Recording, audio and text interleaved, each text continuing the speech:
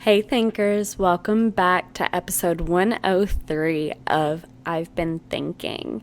I am so glad to have you guys here as always, and very, very excited to introduce today's guest to you. All right, so let's just get rolling. Oh, although I do want to say first, so let's pause the roll. I do want to say thank you for letting me take an episode off. I really got overwhelmed with a lot of stuff. I have been picking up my artwork and doing some different stuff with that. So really, I mainly got overwhelmed because I was finishing some pieces up to enter into an exhibition here in the Florida Panhandle that I'm really excited about. It's a really exciting new opportunity for me, so it kind of got the best of me. But again, I appreciate you guys so much for letting me take that time and for being here when I got back. So thank you for that. Now, press play. The pause is unpaused. Today's episode is with Brooke of Brooke and Pippa. She is a TikToker and YouTuber, mainly a YouTuber these days. And Brooke is the human counterpart to Pippa, a beagle mix, puppo, really freaking cute. But these two go on nomadic adventures together. So their whole situation, the whole reason they're here today is they are talking about their budget attainable nomadic lifestyle. Okay. So, well, Brooke is talking about it. Pippa is just nearby.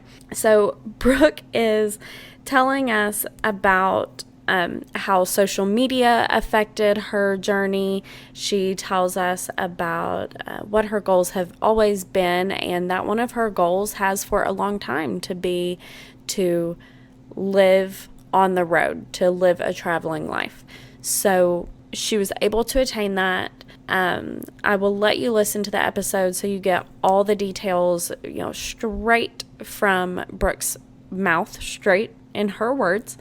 But she tells us all about making content your job, about making traveling your life, about being able to travel and live that nomadic lifestyle on a budget and in very, very attainable means.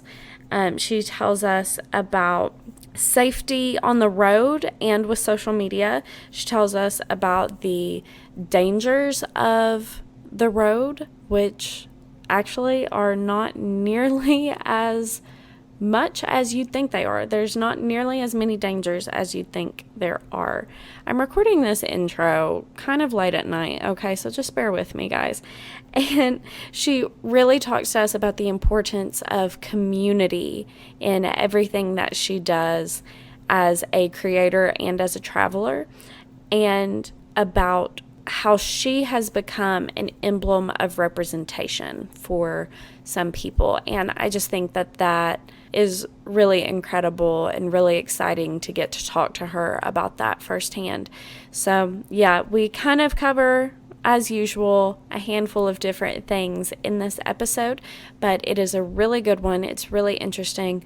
Brooke has a lot of interesting things to say, and she is a compelling listen. So with all that being said, I'm excited for you guys to hear more.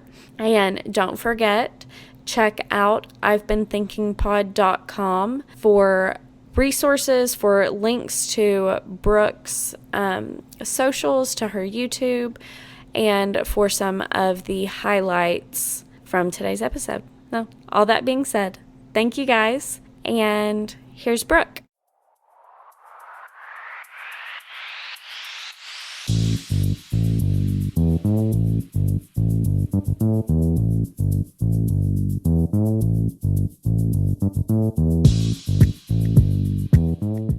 Hi guys, I'm Brooke of the Brooke and Pippa YouTube channel, and I also have a TikTok. That's actually where I kind of started my social media journey. But what I post about and kind of what makes me, I guess, unique is that I travel full time with my dog.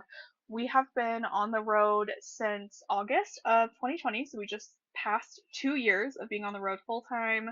We started in a Class C RV. I eventually moved downsized actually into my Honda CRV, which is where I kind of did a lot of my social media growth. And we just recently upgraded to a pop-up camper. So we just kind of wander around the United States and travel and meet new people and kind of live a lifestyle that's similar to van life, only we're just kind of doing it more on a budget. I love that, and I'm sure that that is what brought so many people to you is that you live a, a van lifestyle that is more attainable for a lot of people, I would say. Yeah, and it definitely needed to be attainable for me as well. I don't know how much you want me to go kind of into my backstory, Oh, but hit it, uh, sister. okay. We started, I had been thinking about getting on the road for a long time. Van life kind of got popular like 2017, 2018, I feel like on Instagram mostly, where you would kind of see that. And I started watching, obviously, on YouTube, those first kind of set of people who really were building out bands and everything. And I'd been thinking about it, but I was a hairstylist, so I was very, very tied to a location. And when the pandemic hit, though, I had to close my salon. I kind of was in a little bit of like a rock and a hard place because I was self employed as a hairstylist. So, because my salon was closed, and everything in the world was kind of shut down. I also didn't then have proof of income to re-sign my apartment lease.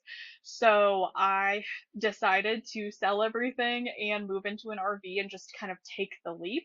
And when you're in a pandemic situation where you weren't like saving for years and years to start on the road, I basically had to find an RV that I could buy for the value of my car, that when I sold my car and all my stuff. So I got on the road with very little savings, very little preparation, if you can even think like a couple months I had before I had to move out of my apartment. So my goal has kind of been this entire time to create content around teaching people how to get on the road with a smaller budget. So you don't have to save up, basically a down payment on a house to be able to get out on the road. You can definitely do it for super, super cheap. And I figured out all those ways because I've kind of had to, which I think is pretty realistic. I mean, we all wake up to the same view every day. I don't know why you need to do it with something that's, going to put you in debt. Right. No, that's awesome. And it's really awesome and really interesting the way you came about it. I think it's becoming such a normal story that the pandemic has thrown us all into this place of like figuring out, well, maybe not all of us, but so many of us into a place of figuring out where we'd rather be, or like what Hmm. we'd rather be doing, however you want to say it. I know that for me, it threw me into that. I graduated with my master's degree that I thought was going to be like taking me into a really secure field in May of 2020, and obviously there were no jobs open at that time. Hmm. So I feel that very much that you just had this experience of like, well, what do I do next? I might as well do something that I love and enjoy. And I think that's awesome that you were able to turn what could have been a really terrible experience for you into a new kind of life's passion. Yeah, I definitely have always wanted to get on the road. This isn't something like I technically was forced into. Right. I technically had a choice. I do like to make that very clear that I don't discount the fact that there are so many people, especially now recently, that don't have the choice to move into their vehicle, and they're facing some really gnarly like homelessness type situations and not getting any help. And like there's definitely a lot of reform we need to do to get people into safe housing and all of that. I do always recognize that I do have a privilege, that I did technically get into it by choice, but it really wasn't much of a choice, I would say. Right. So I think that's where it becomes a conversation piece too, of for a lot of people that, maybe that is their last kind of resort. It is a choice for them. Maybe they weren't completely, just put out. But at the same time, if they want any kind of disposable income, if they want any kind of freedom from paycheck to paycheck lifestyle, maybe it is moving into a vehicle or an RV and kind of showing also that it doesn't need to be so awful, I guess. I do get a lot of comments about like glorifying homelessness and things like that, but I think at the same time, there is now this kind of middle tier of people who, yeah, I had a choice, but it was kind of my last resort to continue to be financially stable. And so I don't think it's glorifying anything other than bringing light to the reality for a huge portion of our population now. Right. Yeah, that's really interesting that you get comments, like hateful comments, I guess, about glorifying homelessness. That's not even something that ever even crossed my mind about. Well, because I'm definitely not living a Yeah. luxury lifestyle, I would say. I definitely don't. I am very open about talking about the good and bad of everything. And especially when I was living in my SUV, I was living in a 2004 Honda. I was not living in something super fancy that wouldn't be attainable for somebody, even if they were in a pinch financially. So I also think it's funny that people comment those kinds of things, because Right. they're trying to pretend I'm living in like a $200,000 car, and I got mine for like less than $2,000 off of like Facebook Marketplace. Yeah, that's just so interesting to me. So, what, so Pippa, as a part of your Hmm. journey, like she is just a part of you, which I totally get. My Winnie Win is a part of my journey very much, and she's like the podcast mascot and all of that stuff. Pippa has become, or has she always been with you, or did she go on the road with you? Did you get her on the road? I'm curious about that because I don't know that part of the No. story. Yeah, I've actually had Pippa since 2014. She's kind of a grandma. She's a lot older than she looks. She Um, is. yeah, so she's actually turning 10 in December. So we've been together for a very long time. We just celebrated our, I think, eighth gotcha day. Oh, So yeah, she's been my sidekick forever. We've gotten through way harder things than being on the road. So I like to kind of joke that this is her retirement that we're doing, I love it. because most of the time throughout my 20s she was my, little support system, but I also was like a single working dog parent, you know what I mean? And I had to go to work, and she had a dog walker and was at home most of the time by herself. So this is kind of her retirement, where we don't have to leave each other, at all, pretty much, except for when I go grocery shopping, or, have to stop at a gas station or something. And she gets to explore and smell all of the new places we go, and just enjoy the last, few years of her life. That's so awesome. I very much relate to being a single dog mom. And it can be a hard life. Even when I was living like with my best friends, it was still a hard life supporting this tiny little creature that you love more than anything on earth as best as you can, right? And Hmm. yeah, that's just so awesome. I think that you're getting to do this with Pippa, and like you said, that this gets to be her retirement and her last ever how many, hopefully many, many more years of you two doing Yes. this together. That's incredible, and I'm sure she loves it. Oh yeah, if she was in any sort of like distress or hated it, or even give me any indication that this wasn't good for her, obviously we wouldn't be Right. doing it. But She's a pretty chill dog. If you watch any of my videos, she's always just kind of like laying around in the background, and she can do that anywhere. It doesn't need to be in an apartment. Right. Yeah, she seems very, very chill, and I just love that. So we know how you got into this. Now we know about Pippa a little bit too. Can you tell me, I guess, what has been one of the most, or what have you learned from this whole experience, this whole journey that has really changed? Like, have you learned anything that has changed your life or your perspective on the world as we know it? Yeah, I feel like I've really learned to trust myself, which sounds kind of like duh, why wouldn't you trust yourself? But at the end of the day, I think I relied on a lot of people's opinions and really looked for validation outside of myself for a lot of my lifetime and didn't realize how much I put weight into other people's opinions on, the next work decision or the next location I should travel or this or that. And when you're out here by yourself, especially like trying to stay safe, learning to go with your gut, learning to trust in your decisions is like a huge factor because at the end of the day, like I can't rely on someone even if I do call a friend and say, "Hey, do you think like this seems like a good campsite?" Like they're not here with me.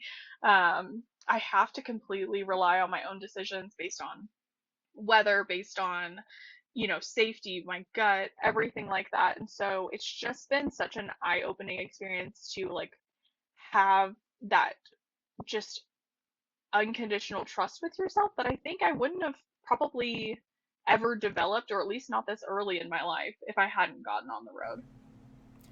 That's really awesome that that has been one of the things that it's encouraged within you, I guess, is that kind of trust. And I think that along with that, there comes confidence and courage too. And, some people might argue that what you're doing doesn't qualify as courageous, but I would say it does because, like you said, you have to make decisions for yourself. And this has been a decision for yourself that was against the status quo, kind of against Hmm. societal expectations, and that could definitely put you in a rough position at one point or another, or a bad position at one point or another, and could put you potentially in danger. So I think that doing this thing for yourself is very courageous. Well, thank you. You're I welcome. guess I'm so used to it at this point. I don't really see it that way either, but I get that comment a lot, definitely from other people who really are very sweet in telling me how much maybe I've inspired them to go do something that they, wouldn't normally do, even just like by themselves, just going even to go get lunch by themselves because they're like, if you can go travel alone, I can definitely go get lunch by myself and be awkward at a table. And I think it's really interesting how some of us just rely so much on other people, and not that that's a bad thing, but I think you have a you have to like work that muscle of being alone and learning the ins and outs of yourself, so you can even be a better person when you are around other people as well. You're absolutely right about that. I have found there have been times in my life where I've been more dependent on friends than other times, on friends or family than other times. And I mean that just like emotionally dependent, right? And Hmm. there have been things that have, things that happen in my life, whatever it may be, that have made me step out of that dependence. And it's been hard, but it's just like you said, flexing a muscle. So when, like, for example, when my boyfriend Adam and we moved all the way from right below Cincinnati, like right outside of Cincinnati in northern Kentucky, all the way down to the Florida Panhandle. And we didn't know anybody here. And it has Hmm. been such an exercise in moving from somewhere where our family is anywhere from 15 minutes to 3 hours away to everybody being 12 hours away, and Hmm. not knowing anybody here, not having even any friends from college within an easy drive. And it's been a really huge learning curve. And it's also been something that has really encouraged both of us to step out and experience new things in new ways. And Yeah. there are so many people who, even if they think they want to take a leap like that, they're scared to because of how lonely it can be.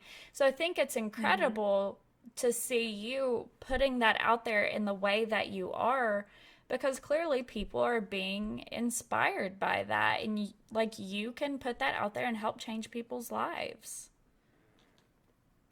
And just make it more attainable, I Mhm. guess, for people. I feel like I'm very much a normal person. I don't I don't curate anything to perfection. I never bought into that kind of like marketing ploy or anything like that. So I think Right. I do come across pretty average because I am. And I think it's it's more realistic to come from something that doesn't feel so curated or like fake on the internet, and just I try to be as authentic as I can, especially with good or bad or whatever, so then people can maybe see a little bit of themselves in me to even consider the fact that like, oh, this might be something for me. And especially recently I've gotten a few more comments of like even just plus sized people not realizing that like people who have different body types can also go camping and travel, which I think is wild that marketing and things like that have made it feel like you can't go sit around a campfire just because you're a little bigger.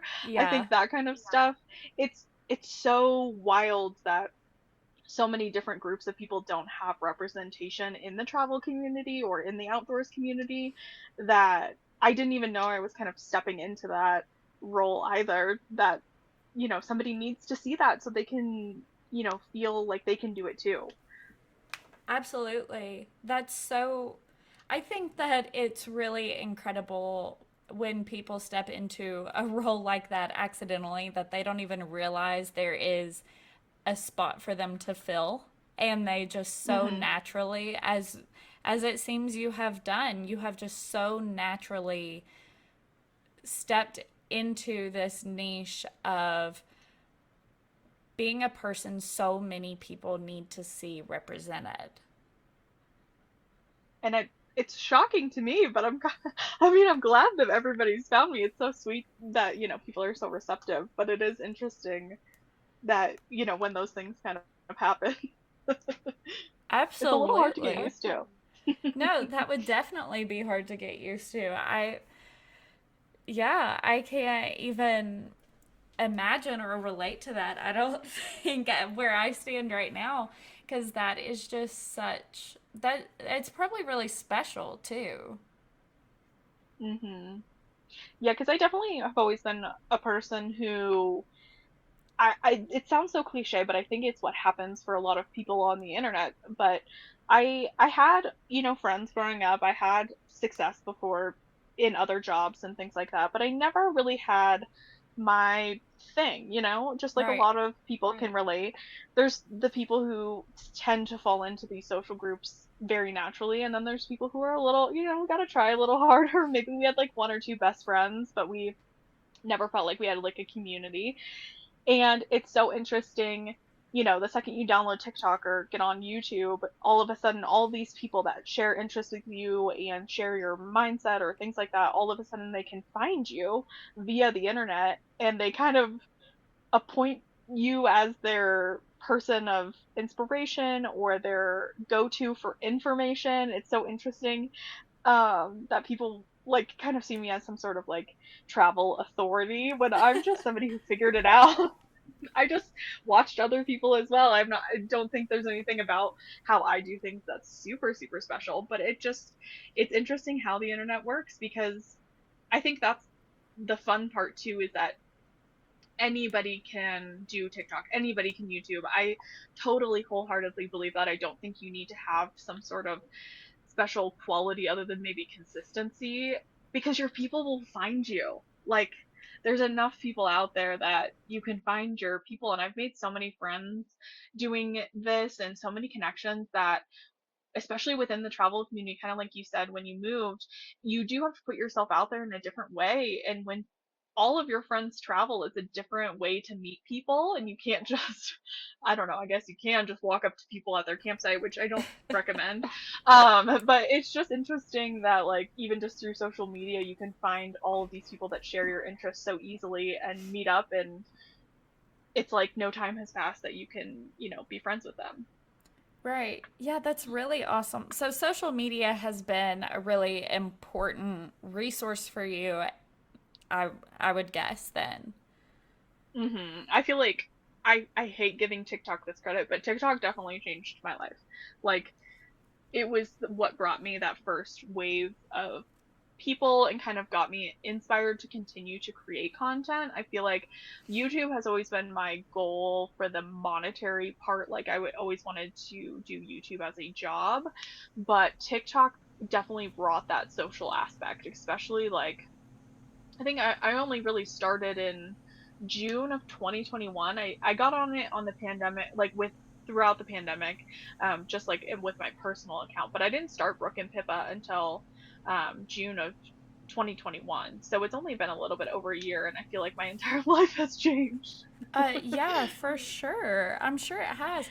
So, I am one of those people that, like, it might be an unpopular opinion, but I really adore social media for its positive aspects, like for the community it can create, for Hmm. the things that it can introduce us to, for the ways it can help people or um, educate people or whatever. So I think that's really awesome that it has been a resource for you and a source of community, and it's become, you know, a way you can do what you're passionate about and also make a living from that. Hmm. Yeah, it's a very weird world to kind of step into, especially because I'm not a huge creator yet. I do want to get there, but Yes. it doesn't take much. I think a lot of people look at some of these creators that have almost become like this just persona. Like, I feel like there's a lot on, I'm sure we can all agree, on Instagram, TikTok, YouTube, that have so many millions of followers that, like, it's very clear that it's, just a like entertainer at that point, almost like Mm-hmm. celebrity level. And they think you have to, a lot of people think you have to get there to have it be your career or have it change your life, and it definitely does not. I feel like I was paying my bills on YouTube, using YouTube with under 10,000 subscribers. It doesn't take as much as people think. It's more just fostering and creating and like diving into the people that you have. I think people just chase these huge numbers so much all the time, and they forget about the really loyal people that you build at the beginning. And some of those people have stuck with me. Like, my assistant now that I've hired is was a moderator for me starting August of last year when I used to do a lot of TikTok lives. So we've been like, if I just was like, oh, this is just somebody who wants to, be a moderator in a live chat, and I didn't like cultivate that relationship, I wouldn't have like this amazing assistant now. You know what I mean? Absolutely. Yeah, I think that it's really interesting that we've accidentally kind of taken this turn into talking about content creating being your job, but I think it really brings home that integral aspect of community that it sounds Hmm. like is really important to you and everything that you have been creating. And it's really important to me as well. And so I think that there are definitely some things that I can take and learn from you as my content and my podcast and everything grows too. You're an inspiration in clearly many different ways.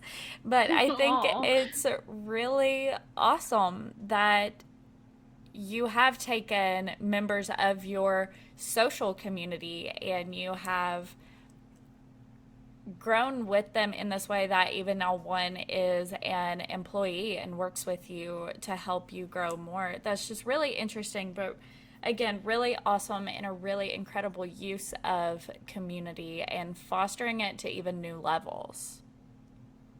Yeah, and I think I will go off on a little bit of a tangent, maybe just for you or for anybody who does want to create content. But one of my huge, huge, huge inspirations, because I'm in my 30s, this kind of dates me on YouTube, is Jenna Marbles. And I don't know if you know who she is, if Oh, she's a legend. absolutely. But if anybody doesn't know who she is, she's a very old, like OG YouTuber. Not that she's old, she's in her 30s, but she was one of the first like major creators on the Yeah. platform.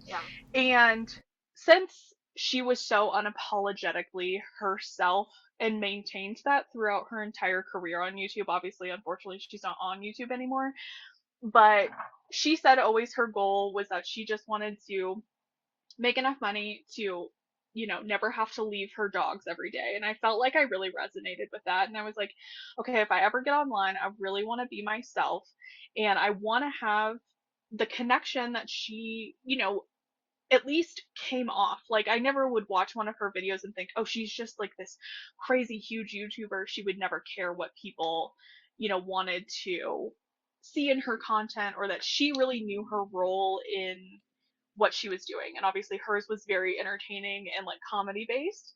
And as much as I would like to think that I'm the funniest person on the planet, I'm not. So a lot of that content obviously wouldn't work out if I tried to do that. But I kind of took that with a grain of salt when I created my channel and I said, okay, what am I good at? And what can I do? I'm really good at being a real person. So when I would do a lot of Facebook or not Facebook, TikTok lives, I made sure that to my best of my ability, I would try to read and address every single comment that came through as long as it was sustainable and answer those questions. And that kind of led into people feeling seen. Isn't that why we all make comments when we get online? Like you Right. want to feel special. And that's not in like a manipulative way where I'm just trying to make people special so they'll follow me, but it's like if you really are interested in someone and they're receptive to answering your question, you're gonna continue to create that relationship with that creator. Obviously, I can't keep up as well as I could when everything was smaller, but that's why I've kind of gone through now and making the turn kind of into like educational content did really well. I do have my bachelor's in education, so I always did want to be a teacher, so that's why I kind of took a turn and said if I can't be a stand-up comedian, I feel like I can provide some sort of relief for people who maybe have to move into their car or do want to get on the road and just don't know the basics and take that education degree I have and turn it into YouTube. And that's what I did for the majority of the growth for my platform was answering questions that people had about the basics and just kind of taught people the way I do things. It might not be the perfect way, but still maintaining that connection. And it's always so fun for me to see when people comment on the videos and be like, oh my gosh, you made a whole video about my question. Thank you. And I may not have been able to answer them individually anymore, but it's like I do read it. I do want to engage. And I feel like that's part of now when I've brought on this assistant. Some of the negativity lately has gotten to me a little bit as my channel has grown. So I was like, let's bring on this third party so she can help connect everybody as well to give like a little buffer for me, but to be able to still have people feel special and feel seen on my channel even as it gets bigger because I think as people grow, they kind of, don't interact as much with their people. And I don't want that to go away as much as I can handle it. And so even if it is, paying somebody to do it, she's been part of my community since pretty much the beginning. She knows all the answers, she knows my personality. And I feel like that's where maybe it's a little more unique that I can help foster that. And I think I've been pretty successful because of it, because I don't just ignore people, I guess, ignore the people who are getting me to the point where I am now. Yeah, I think that's so important. And I think you're exactly right. People do tend to reach a certain level of success or of follower count or whatever it is, and they stop interacting with their community, or they feel like they don't have to anymore, or they feel like they can just move on from the people who helped lift them up to that place in the first place. And that's really important, I think, and yes, unique, and just very telling of who you are as a person as well, that you have made your community such a priority and educating them, not only like gaining a following in a community, but giving them something to take away from it. Yes. I don't like working for, just having success for free at this point. I feel like I have to give back, and I feel like if I can't give away money and do charity and things like that, I can give them my time and I can give them the information that I've, attained over the last few years being on the road. Yeah, that's really incredible, and that's a really awesome way to look at it.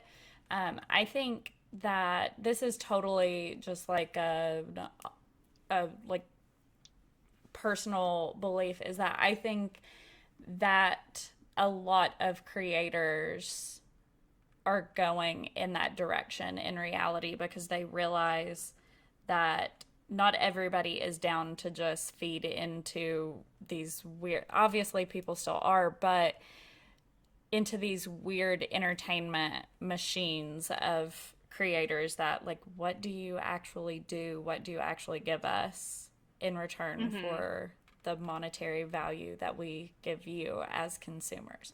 Anyway, that's a sidebar. Um, I also wanted to say that I think you and I, we are cut from the same cloth in some ways, because I also firmly believe that I could be a stand up comedian, even though I am only situationally funny. And I'm aware of that, that it has to be in the right context for me to be really like hilarious, but I'm still fully convinced I can have a Netflix stand up special one day. You should go for it. You never know. I doubt it. I told somebody one day at work, they said something, and I was like, "Yeah, I'm pretty funny," and I was like saying that to be funny, and she goes, "Oh, tell me a joke," and I'm like, Oh, see, first that of never all, works when people put you exactly. on the spot like that. Right? I'm like, first of all, that's kind of a dick move. And second of all, you can't be funny when you're told to be funny. It's like when you say, I know karate, and somebody says, well, show me a move. Yeah. Like, what do you mean? I could have learned this from any movie. Yeah. Anyway, Well, you just never know. I mean, I don't think college Brooke sitting in the kitchen watching Jenna Marbles, give people the stank face at the club video would have ever thought that I would be on the same platform creating content, a decade later. So you never know. You might have your Netflix special one day. that's true, and that's so funny that you brought up Genital Marbles, because I'm 27, so I'm not the same age as you or her, but I still watched her. My friends and I watched her all the time. I remember one of my friends was obsessed with her, like knew everything. I was not that deep, but I watched Jenna with her a lot, and so anyway, brought back the memes. Good. It's probably good one. She's Yes, funny. she is really funny. I can't remember why she's not on YouTube anymore. I'm gonna go have to Google that after we stop talking on here, because I that think she I just needed a break. yeah. She's been doing it for a really long time. Okay, I couldn't remember if there was like a story or not. I was like, I think she had some like videos come up that had a little bit of controversy. oh Um, yeah. and I don't think anybody ever like tried to cancel her or anything, but I think she just kind of took it as her out to get off Mm, the platform, fair. which I don't blame her. No, for I sure, think especially when you're some of that, tired. I mean, she put more than enough work, I think, on the internet. Yeah. Yeah, for She sure. can enjoy some private time now. Yeah, absolutely. Absolutely. So that brings me to another question. Has your Um, I guess the publicness of your life now, there's a word for that, but I can't think of it. Your life being more public now on social media, has that ever become a problem for you with your travels? Or has that ever Not with scared my you? travels. People on the internet are 100% scary. For sure. I don't use my last name anywhere. For that reason, so people can't find out more information, I guess, about me than I would want. But at the same time, I don't post any content in real time. Even if it seems like I am, everything is delayed, which I think is what a lot of people do on social media these days, even if you live in a stable place, just so people can't figure out where you are. But I think the it's more of the parasocial relationship issue I've noticed. I think I've heard a lot of people talk about it because people who are on social media that have a bigger following tend to fall into the, oh, you could be my friend right now category, and they create this relationship with you, but they forget that to like they know everything about you, but they're a stranger to me. Right. And so that gets a little kind of scary sometimes. I've had a couple people, I've had two like kind of stalking incidents, both with women, ironically. Um, Everyone is always concerned about men, which they have their own issues with. Always, I will always say that. I'm not a fan of the regular man, but men get scared off pretty easily. Women are more like conniving Yeah. and like sneaky, and so I've had two women get too like close where they've tried to come meet me and like track me down and find me and things like that, and have gotten very kind of stalkery creepy.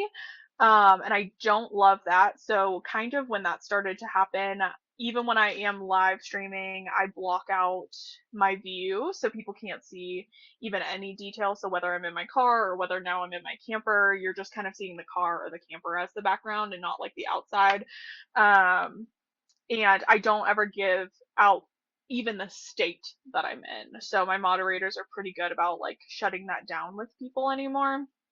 So, because a lot of people obviously want to know where you are, and it's a very innocent ask, even if it's just state. But it's like if they can kind of see the view and then they know what state it is, and then they can look up free campsites, you can pretty much narrow it down pretty easily. Yeah. And I don't think they realize how easy it is because I can see it in other people, like other travelers' videos, or like I've recognized a place that I grew up near or something, in other people's content. And so I think that part is a little scary, but at the same time, I don't go out a lot during the day because of the dog. I really can't just like be leaving her in the car and going like hanging out at the grocery store, at restaurants and stuff during the day. So I really don't run into people who recognize me very often. I have when I've stayed at hotels and things like that have like worked there or just been staying there, which is always like that's a fun experience because they weren't expecting me to be there. Right.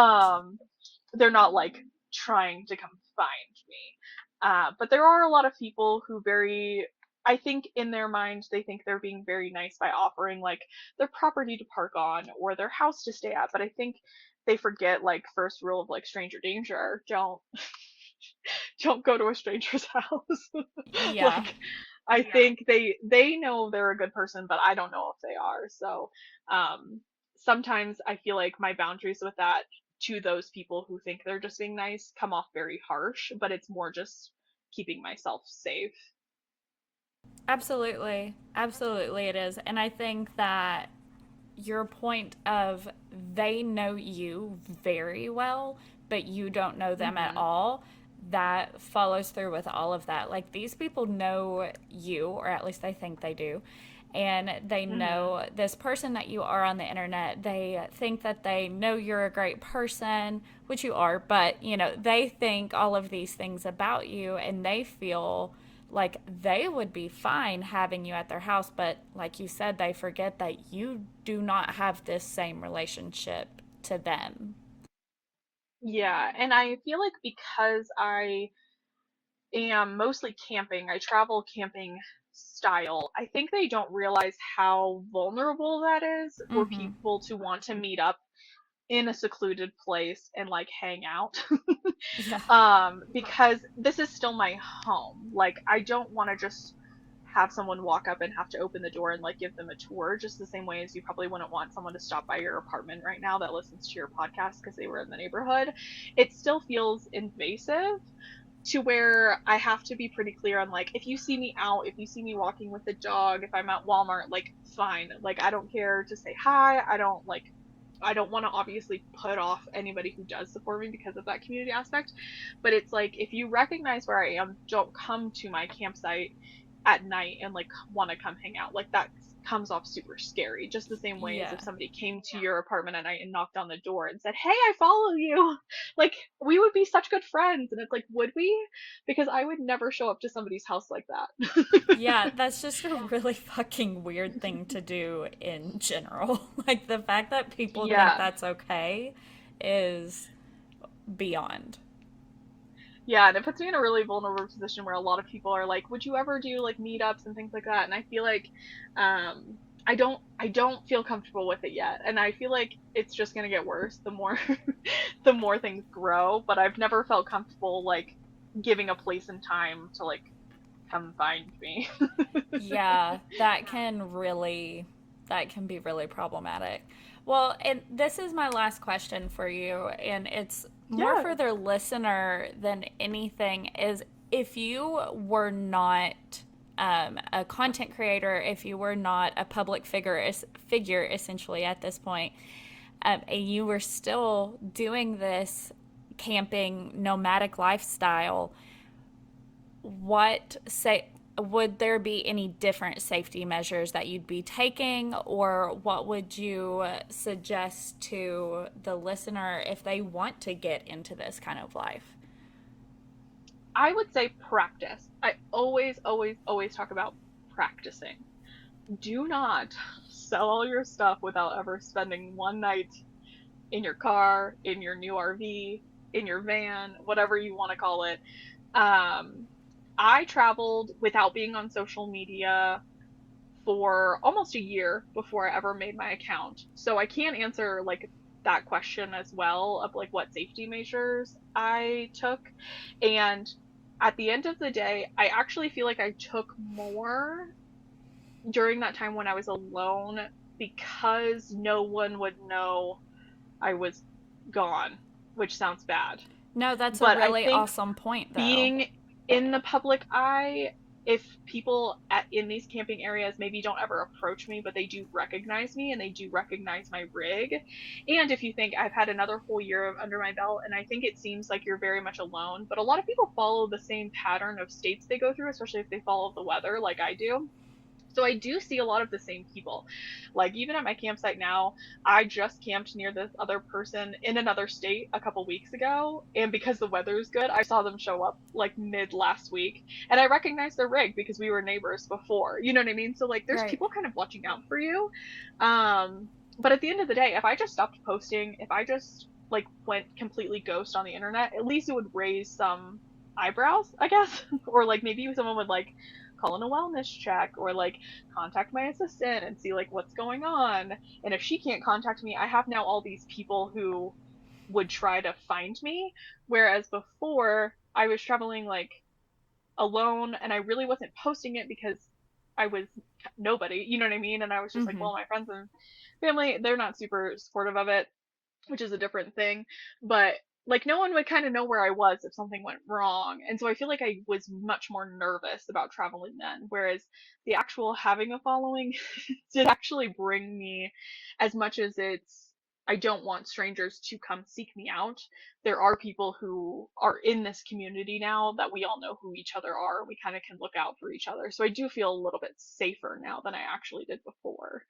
Um, Not to say that people who are starting out who don't have a social following should be scared, but that's where that practice comes in. Do it on the weekends. Just do it one night at a campground that's like 30 minutes from your house. If you get that scared, you can drive home in the middle of the night if you need to. You know what I mean? Like, even if you didn't want to pack up your stuff, you could come back the next day and get it. Like, do those little practice runs. You don't have to jump in to this lifestyle all in all at once because I definitely didn't. I used to just do weekends close to my house, sleeping in the back of my car. Same thing that I had done before with the dog, and that gets you over that nervousness, I guess, at the beginning.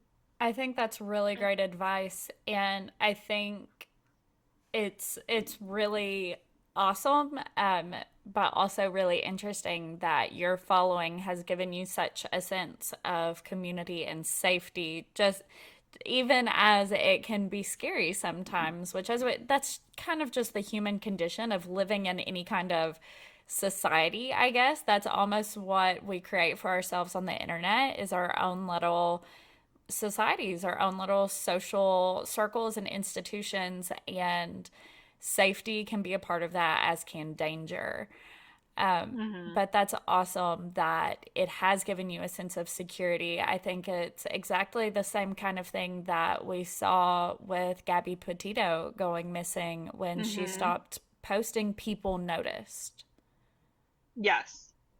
And I would like to make it clear on your podcast that that was fully domestic violence and that Oh, was nothing to do with traveling. oh, yeah, absolutely. There's quite the narrative on that on the, I don't know, social media front.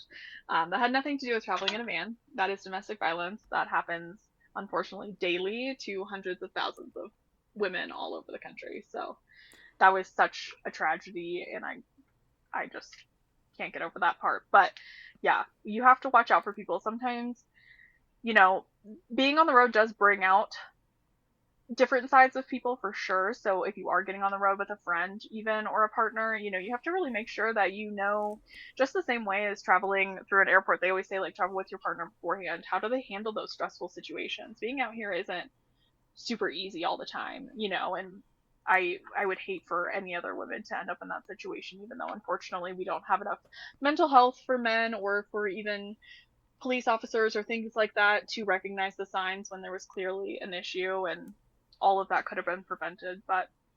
Um but yeah, I would say it is interesting though, leading into my next point, how close the community came during that time.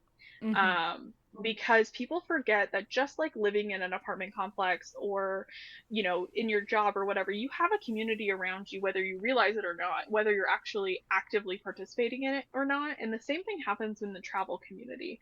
I think a lot of people think you're just out here parked on some public land completely alone, but you've now become part of this travel community, and a lot of the people are people who are just like you and will be helpful. Not everybody needs to be, a bad person. Obviously, are there terrible people in the world? Of course. But once you realize how much the community can be so helpful and so like open to you, and you can then expand out to meet so many people, they will 100% come together if anything happened. I mean, I've seen it time and time again, even just with people who get flat tires or get stuck in a weird position, or maybe they can't back their rig into a campsite. There's a lot of community that will come together that you don't even realize that you had so much help, even if you never kind of put forward that karma before. So it's definitely not like this dog eat dog world out here that I think the media portrays, that it's so dangerous and that, there's a serial killer behind every tree lurking. It's usually a family of four or like an older couple who's been on the road, retired for 5 years, and they know all the tips and tricks. And if you just stopped and chatted with them instead of being so closed off, which I get it. If you get a bad vibe, you don't need to talk to somebody who obviously gives you a bad feeling, or even be nice to them or give them the time of day. But some of these people who've been on the road for a long time, they know all the little tricks and secrets, and you can learn so much just from people off of social media as well. Yeah, I think that that is a great point. You're absolutely right. And I'm glad you made that call out that it was domestic violence for Gabby and that that has nothing to Hmm. do with van life. And I love, how you followed that up, that there is so much more to this side of the world than this lifestyle than what the media likes to portray for the dramatics of it all. I definitely think Hmm. that it is a really incredible space and opportunity to be in. My parents have talked about van lifing after they retire, and I just think that that would be so much fun for them. And Hmm. I love to see it growing. I am a nomad at a heart as well, and I just love to see people getting to have these incredible experiences. And I'm glad that you're able to, like we've said, make it more attainable or let people know that it's more attainable.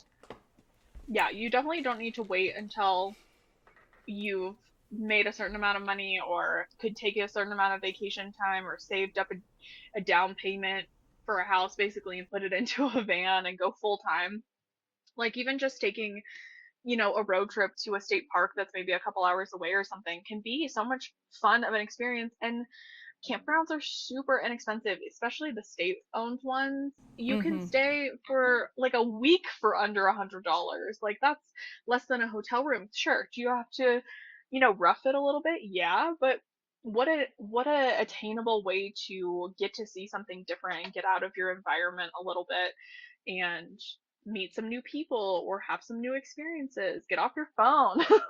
Like, Yeah. I mean, I'm obsessed with social media, but sometimes when I don't have service, it's so nice to just like ground yourself and kind of reconnect and like, you know, it's good to miss social media sometimes instead of being able to get that dopamine hit every 5 seconds. Absolutely. You're so right about that. That's one of the things that I miss about, I guess, having a job where I'm not the social media manager or like having a job where, or like doing classes at the gym, like doing my yoga class. That was like my hour a week where I did not touch my phone for at Hmm. least that hour, guaranteed. So, anyway, I need to get back to that, but we're taking a little yoga break right now. That's a different story for a different day. But are there any resources, definitely your social media, but any resources that you would highly recommend to anybody who is interested in getting into van life or learning more about just being a nomad? I would say to just familiarize yourself with the community first a little bit and make sure you're like, make sure even if you get on TikTok and you just search nomad or something, I would like to put the warning out there that there are people who are obviously doing it. You have to, like, I don't know how I want to phrase this. Follow the people who are most like you because you're Mm-hmm. going to be very disappointed if, say, you have always, like, say you have a Honda Civic and you got a pop up tent from Walmart and, like, that's your deal. Follow somebody else who also tent camps. Don't follow somebody who has a 40-foot RV with a shower, bathroom, full kitchen, and like a 55-inch flat screen. You're not going to get the same experience. Obviously, you can follow them if you like their content, of course, but the tips and tricks are not going to be the same for every level of travel, if that makes sense. So, a lot of people obviously followed me specifically because I was in the car because that was what they had. They had an SUV, they felt safest sleeping in the back, and like they wanted the tips and tricks for that style. So if you can't imagine ever sleeping in a tent, don't try that then. Maybe Right. follow someone that rents, cabins or something when they travel or follow somebody who has a rig that's attainable for you to get.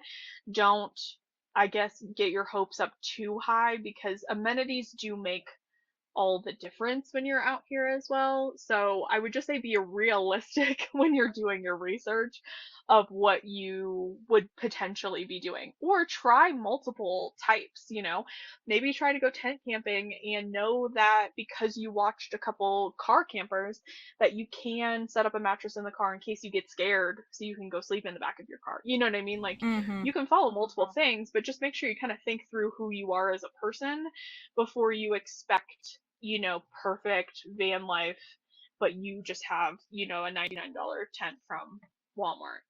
Not to say that you're like Absolutely. a bad person for that, but just like make sure you know what you're kind of getting into. Right. I think It's the different. expectations, um, there's been a lot of chatter on TikTok lately because there was a girl who made a video being like, every van lifer is lying to you and they all have trust funds and living in your car sucks. And it's like, yeah, because you were following van lifers but you live in your Jeep.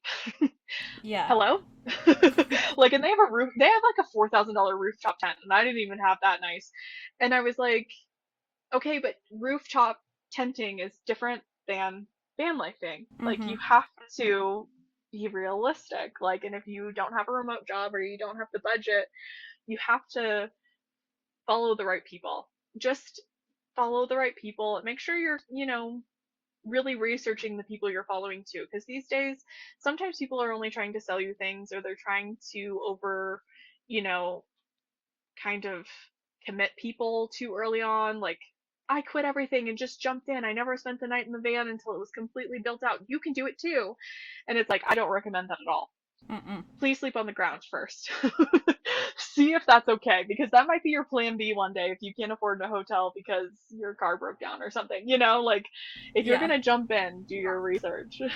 Yeah, I think that's a really great point. I mean, that's like following people who only stay at designer hotels and the Ritz Carlton and stuff, and then you're mad because your experience isn't the same when you had to stay at a hostel. It's not to say that either of Yes. those people are bad, you were just not expecting the right thing. Yeah, like, know your non-negotiables. Like, I would never stay at a hostel because I cannot imagine somebody, like a stranger, sleeping above me. Yeah, I that's and wild to me. But I would rather sleep in my car, and a lot of people would be like, "Hell no, you will never catch me sleeping in the back of my car." But I would stay in my car in the hostel parking lot and sleep in the back, just so I didn't have to sleep underneath somebody. Or, like, there's a lot of people who are like, "I would never be able to do it without a bathroom." And it's like, that's okay, but maybe you should then stay at campgrounds so you can walk to the bathroom. Like, Right. things like that. Just know your non-negotiables before you even get into it, or get out there and try it with what you have so you can figure out what your non-negotiables are, because you may not even like being outside.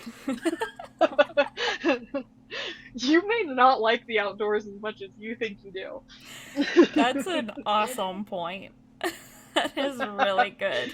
Like, I don't know what I would do if I wasn't like promised access to a shower at least every other day at the least, right? Because that is something that I would make exceptions for incredible experiences, and it doesn't maybe have to be a shower. Like a river or a pond would definitely like suffice, but I need to feel at least decently clean, right? That right there is a Hmm. non-negotiable for me. Like I said, I can make exceptions, but generally a non-negotiable. So Yeah. I'm not gonna expect like I can sleep in parking lots for days at a time in the back of my car and then be mad that I'm not having this incredible experience. Yep. Yep. You got to be realistic about it. You gotta be It's fun to feed realistic. into the fantasy. It's fun to have goals. Like, I mean, I always knew that I was never going to stay in my car forever, and that's why I got a pop up. But at the same time, like, my pop up doesn't have a bathroom either. My pop up doesn't have a shower. But those aren't my non negotiables. Mm-hmm. I just wanted more space. I wanted a screened in porch, basically, to live in. And that's basically what I live in now, because I get to have all the windows open, all the fresh air, and I can still make the accommodation to go to Planet Fitness to shower, and Mm-hmm. use my car as a actual vehicle now to just go drive me there, and then I can come back to my screen and porch and hang out. But there's a lot of people who wouldn't like that, and that's okay too. But you gotta know what you're getting into before you decide to jump in and have to Most use, definitely. a garbage bag for poop. Not everybody wants to do You're that. exactly right. Not everybody wants to do that. Oh, Lord, that's funny. Well, Brooke, thank you so much. Please tell us where the listener can find you. Where can we find you on social media so we can follow along? Perfect. So I'm pretty well branded. So I'm Brooke and Pippa everywhere. If you didn't catch on earlier, Pippa is my dog, because I didn't have a cool, trendy partner to make a Brooke and insert partner name. So Pippa's the sidekick. She's Pippa really cute. deserves She's a little that. beagle. Yeah, she's a little beagle mix. So she's in most of my content. I'm most active on YouTube. I do have a TikTok as well with a lot of my older content if you want to scroll through. But recently I haven't been as active on there. And I do have an Instagram as well. But same thing, I'm not super active on Instagram. I put most of my time and effort into my YouTube channel. And that is where all of the answers and basics of getting on the road are located. And like you heard, if you do have a question and you make a comment on one of my videos, either I or my moderator will point you to the video I answered it. And if I haven't answered it yet, we'll get you an answer. That's incredible. That perfect. I will link all of that, of course, in the show notes and blog posts for today's episode too. That way everybody can find that, and I will have some of the highlights from our conversation in the blog post too. Nice. Yeah, and for anybody who doesn't already listen or doesn't already follow at I've Been Thinking Pod on Instagram, you can follow my TikTok. I don't really do that much there either at I've Been Elena. So following the branding, and check out the blog post I've been thinkingpod.com. So thank you again, Brooke and Pippa, for being here and for giving me your time. I so appreciate it, and everything. This has been everything that you have educated us with. It has been a really fun time. Yeah, it was a great conversation. Thank you for letting me speak my mind on a bunch of random things today. Absolutely. No, I love it. That's kind of what we do.